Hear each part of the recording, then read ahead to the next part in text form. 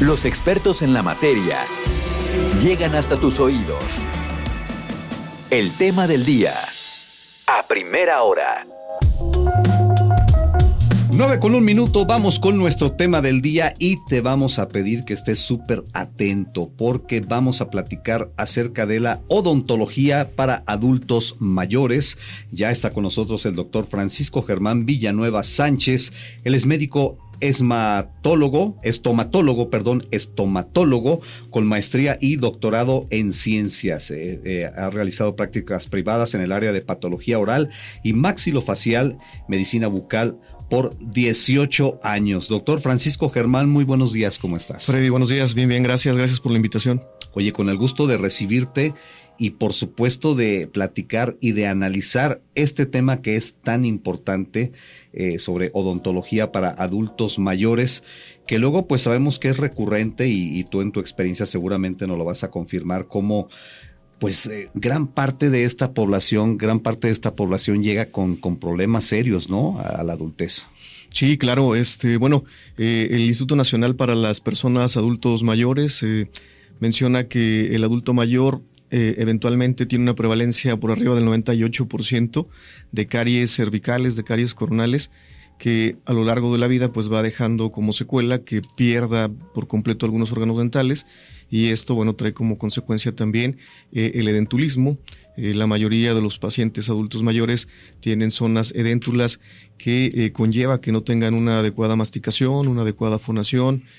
Por supuesto que también tiene como consecuencia otros factores, pero eventualmente es lo que sufre el adulto mayor. Entonces, aunado a esto, si tiene algunos factores de fragilidad, se dice fragilidad cuando tiene ciertos factores asociados, como por ejemplo algunas enfermedades concomitantes, que puede ser en este caso diabetes mellitus, hipertensión, que lamentablemente en nuestro México pues más del 70% de adultos mayores tiene estas enfermedades crónico-degenerativas, y aunado a estas enfermedades sistémicas pues hace un poco de sinergia el que el paciente pueda tener algún compromiso a nivel de la cavidad bucal, que pierda de manera temprana sus órganos dentales y que pues no se alimente de una manera adecuada, que el bolo alimenticio no lo triture de manera correcta, que pase el alimento casi entero, y por supuesto que esto trae como consecuencia también algunos trastornos gastrointestinales y en fin, si es como un espectro de la enfermedad en donde se avienta como una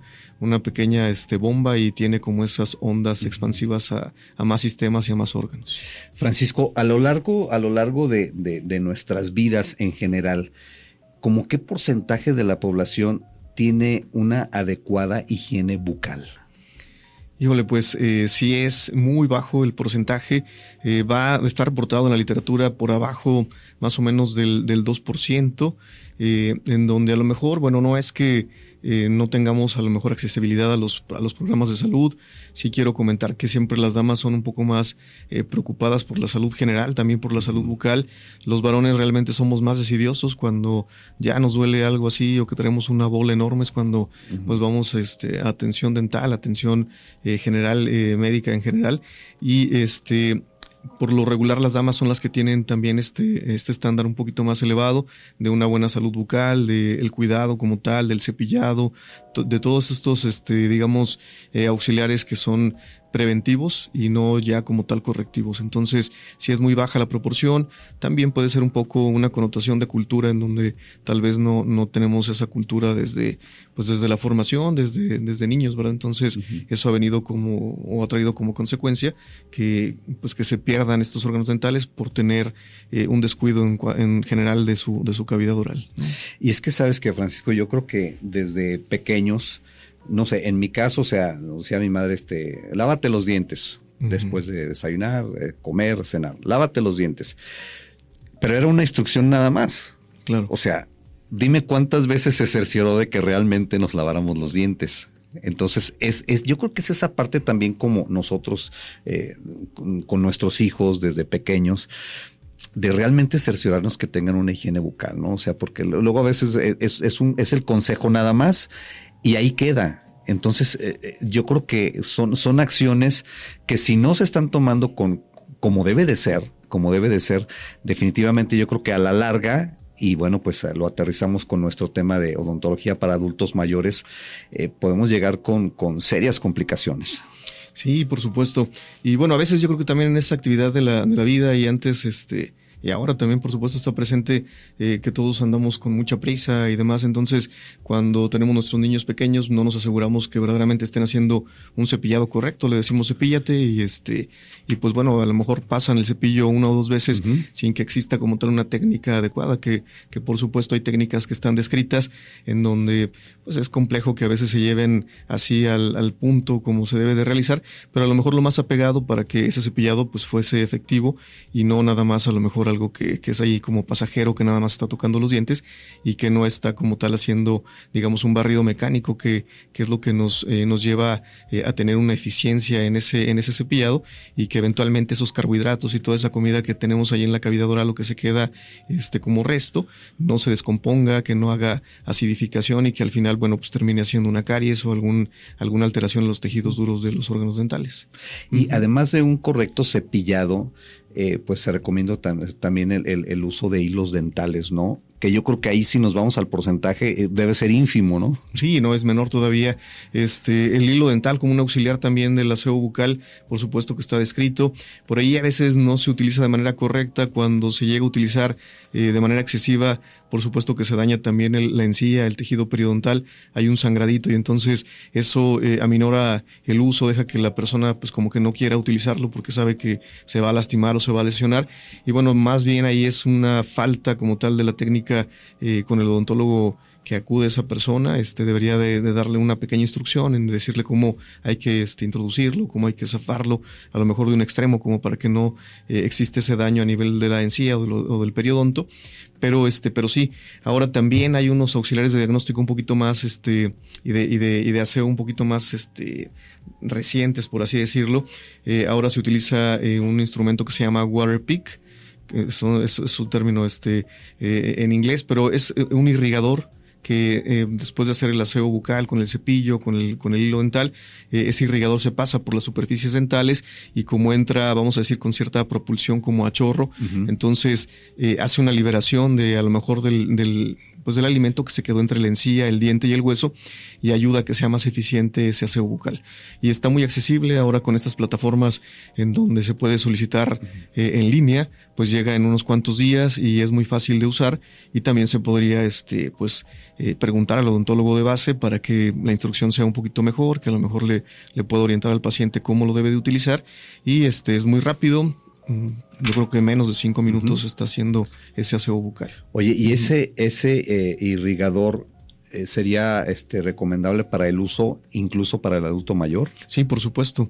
Sí está indicado estos 3 auxiliares, aunque también aquí, bueno, vamos a tener algunas excepciones porque como comentaba, si el adulto mayor tiene algunos factores de fragilidad en donde a lo mejor ya la motricidad fina no sea tan buena, tenga alguna enfermedad de base que no le permita hacer un aseo bucal adecuado, pues entonces se complica un poquito porque no va a poder hacerlo de una manera correcta, ¿no? ¿Cómo qué enfermedades son así de las más comunes en esta etapa de la vida? Bueno, pues como comentaba, estas enfermedades crónico-degenerativas, sobre todo la diabetes mellitus y la hipertensión, son las 2 enfermedades que van muy de la mano, que son más prevalentes en la población mexicana. Sin embargo, también los adultos mayores empiezan a tener algunas enfermedades neurodegenerativas que les impiden de una manera muy importante a lo mejor esta motricidad fina o esta motricidad que es necesaria para poder llevar a cabo un aseo correcto, y estas implican, por supuesto, una dificultad mayor a este adulto que a veces tiene que ser asistido por algún cuidador o por el familiar directo para que pueda llevar a cabo este aseo bucal, ¿no? Oye, ya en esta etapa del adulto mayor, incluso tengo entendido la hidratación juega un papel importante, ¿no? Sí, por supuesto. También conforme vamos avanzando en la edad, pues tenemos cierto aporte como tal de saliva en nuestra cavidad bucal.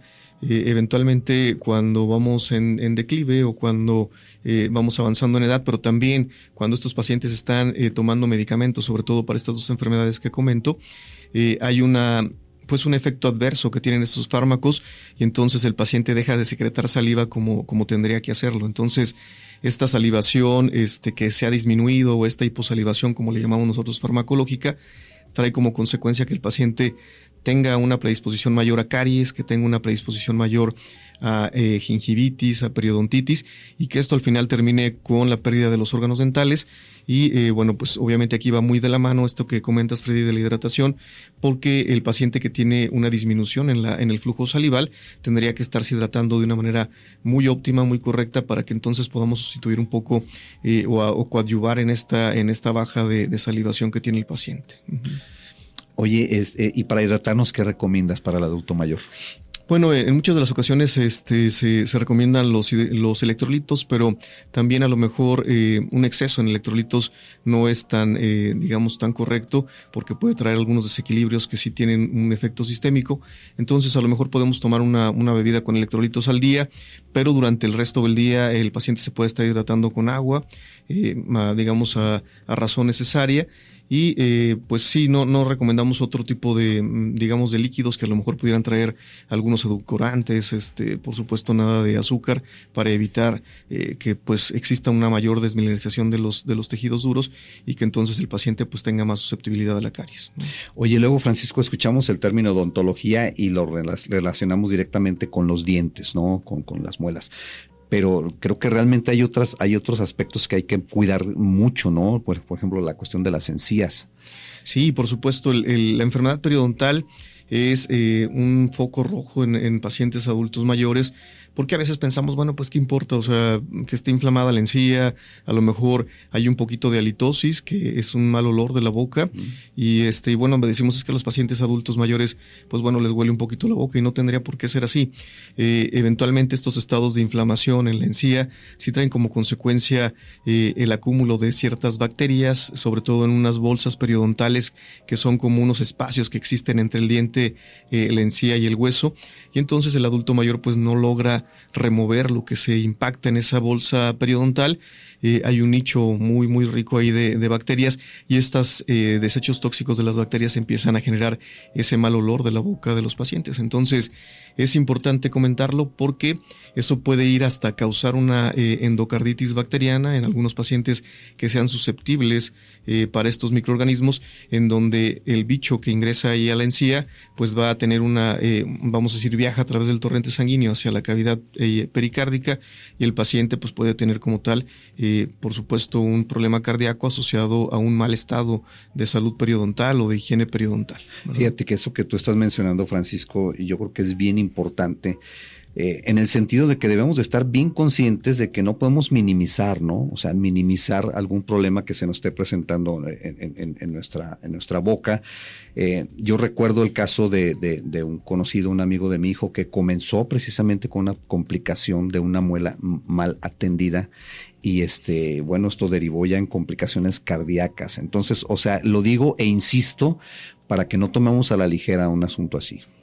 Sí, a veces queremos como separar la boca y decimos, bueno, pues no pasa nada, pero la boca no se separa del resto del organismo. Entonces, por supuesto que el que tenga una enfermedad en cavidad oral va a repercutir de manera sistémica, y también vemos en el área de patología oral y maxilofacial algunas enfermedades sistémicas que debutan con ciertos signos y síntomas en la cavidad bucal, aun cuando el paciente no ha sido diagnosticado con la enfermedad de base. Entonces, sí, la boca nos puede decir mucho en relación a las enfermedades que puede tener un paciente, y de igual forma de la cavidad oral, pues bueno, puede ser por supuesto el factor que se desencadene, por ejemplo, esta situación del estado cardíaco del paciente, en donde pues una salud óptima de la boca, de su encía, del periodonto, pues obviamente trae como una seguridad mayor a que el paciente no desarrolle cualquier tipo de cardiopatía, sobre todo infecciosa, asociada a esto. Bien, Francisco, mira, tenemos ya algunos cuestionamientos de nuestro auditorio.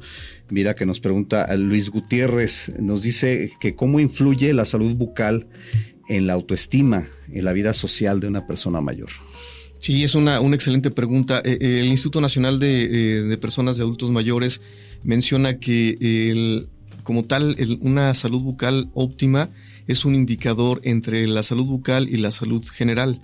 Entonces, eventualmente un paciente adulto mayor que cuenta con la mayoría de sus dientes, por supuesto que tendrá una autoestima más elevada, que a lo mejor aquel paciente que tiene pues esta pérdida dental muy importante, no nada más en el sector anterior, que a lo mejor luego por ahí se ríe la persona y dicen, pues se ve un poquito chimuelito ahí, a lo mejor sí tiene como tal ese impacto en cuanto a la estética, pero vamos a hablar un poquito también de, digamos, de la funcionalidad, es decir, que el paciente pueda a lo mejor estar haciendo su masticación, ingerir sus alimentos, que ese alimento tenga un sabor apropiado, que lo disfrute el paciente. Por supuesto que eso habla de una calidad de vida pues mayor que el paciente que no logra hacerlo. Entonces, eventualmente, sobre todo, bueno, entendemos perfectamente que las damas están un poquito más, pues a lo mejor preocupadas del factor estético, que ahora también hay algunos varones que lo hacen y es totalmente permisible, pero sí el que el paciente tenga una estética al momento de que ríe, al momento de que habla,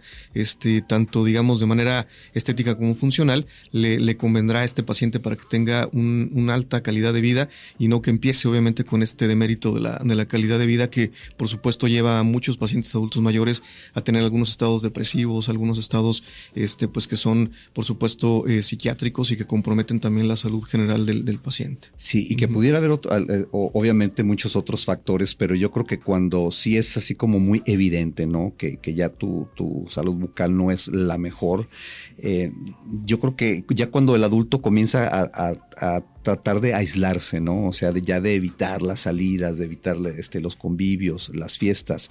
Yo creo que sí vale la pena, pues, voltear a ver, ¿no? Cómo anda en la salud bucal. Sí, claro. Y bueno, sabemos que el adulto mayor, bueno, también empieza con ciertos factores de fragilidad, como comentamos ahorita, y a veces pueden ser algunas limitantes, tanto, pues a lo mejor biopsicosociales, pero también económicas. Y aquí me gustaría hacer un poco de énfasis en relación al servicio que presta la UNAM, la Universidad Nacional Autónoma de México, aquí en el Bajío. Estamos ubicados hacia el área de prevención, en donde por supuesto, donde los pacientes que tienen a lo mejor alguna dificultad económica se les puede atender en la institución, en la UNAM, y realmente los precios son muy, muy accesibles. En algunas ocasiones, pues es una recuperación franca nada más que se les hace a los pacientes cuando se les realiza algún estudio socioeconómico y se ve que verdaderamente no pueden como tal cubrir o pagar. Bueno, también hay algunos programas sociales que tiene la universidad para poder atender a los pacientes y que no se queden realmente con este problema de salud bucal, sino que se atiendan y bueno, así evitamos por supuesto muchos trastornos, no nada más a nivel local, sino sistémico de ese paciente. Oye, y platícanos que hay una campaña, ¿no? Hay una campaña muy interesante que me gustaría que nos dieras detalles. Sí, muchas gracias, Freddy. Nosotros tenemos una campaña permanente de detección temprana de cáncer bucal y de lesiones premalignas. Por ahí no es muy conocido que a lo mejor diga las personas o tu audiencia, ¿a poco existe el cáncer en la boca? Estamos más a lo mejor atentos a los cánceres que son más frecuentes, como por ejemplo en las mujeres el cáncer de mama y en los varones el cáncer de próstata. Sin embargo, en cualquier parte de la economía del cuerpo se puede desarrollar un cáncer y la cavidad bucal no está exenta. Entonces, los pacientes adultos mayores presentan un tipo de cáncer más asociado a factores, por ejemplo, como el uso de tabaco y de alcohol prolongado por cierto tiempo, en donde estos factores, bueno, pues a lo largo de la vida van ocasionando ciertas mutaciones en la cavidad oral, en las células que están en la boca, y al cabo de cierto tiempo, de cierta cronicidad en el uso de estas dos sustancias, el paciente presenta una ulcerita en el borde lateral de la lengua, un aumento de volumen, por ahí una lesión blanca o roja que no cicatriza, que ya va más allá de los 20 días y realmente no tiene como tal una, digamos, una involución o no desaparece. Ese es un indicativo para que se pueda realizar una exploración, que se vea por un patólogo experto, un patólogo oral y maxilofacial, y en su dado caso hay que hacer una biopsia, tomar un poquito de tejido para descartar que eso que estamos observando ahí en el borde lateral de la lengua verdaderamente sea un cáncer bucal, le llamamos carcinoma de células escamosas o de las células superficiales de la lengua, que es en donde con mayor frecuencia se desarrolla un cáncer bucal. Y que siendo un lugar donde hay tanta humedad, ¿no? Me imagino que es de lo más complicado, ¿no? Sí, claro.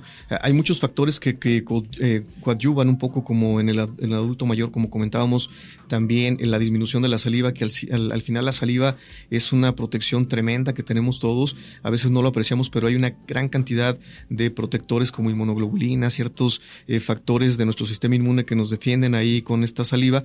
Y bueno, pues sí, el paciente con estas alteraciones empieza a tener ciertos compromisos y lamentablemente, Freddy, es muy, muy lamentable que estos pacientes a veces han sido vistos por alrededor de 8 médicos generales, también 10 odontólogos, y no es por demeritar, por supuesto que no, pero a veces pues van pasando desapercibidas las lesiones y el paciente llega a los Institutos Nacionales de Cancerología o de tercer nivel en unos estadios muy avanzados, cuando a veces ya no se puede hacer nada por el paciente, y eso no es lo que tendríamos que estar haciendo en un país como México, que estamos en estas vías de desarrollo y que en real somos tercermundistas. No nos deberíamos enfocar en lo correctivo, sino en lo preventivo. Entonces, el prevenir siempre va a ser menos costoso para el sistema de salud público.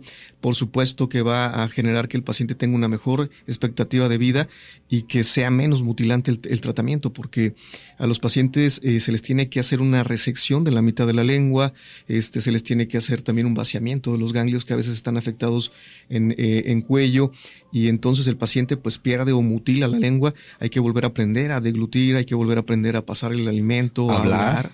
Todas las funciones tienen que reaprenderse, porque pues al final se está mutilando esa lengua en donde se desarrolló ese cáncer bucal. Híjole, qué delicado. Oye, Francisco, y hablando de estas labores de prevención, nos estamos ya acercando a esta etapa de la madurez. ¿Tú qué consejo nos darías? Porque luego ya sabemos que esto pues puede derivar en cáncer, lo que estamos ahorita comentando, o en la pérdida de dientes inclusive. Sí, la prevención es imprescindible totalmente. A lo mejor a veces decimos, híjole, es que si voy con el dentista particular, híjole, cobran mucho los dentistas, mejor ni me paro, ¿no? Pero sabemos que tenemos todo este acceso también a los servicios de salud pública.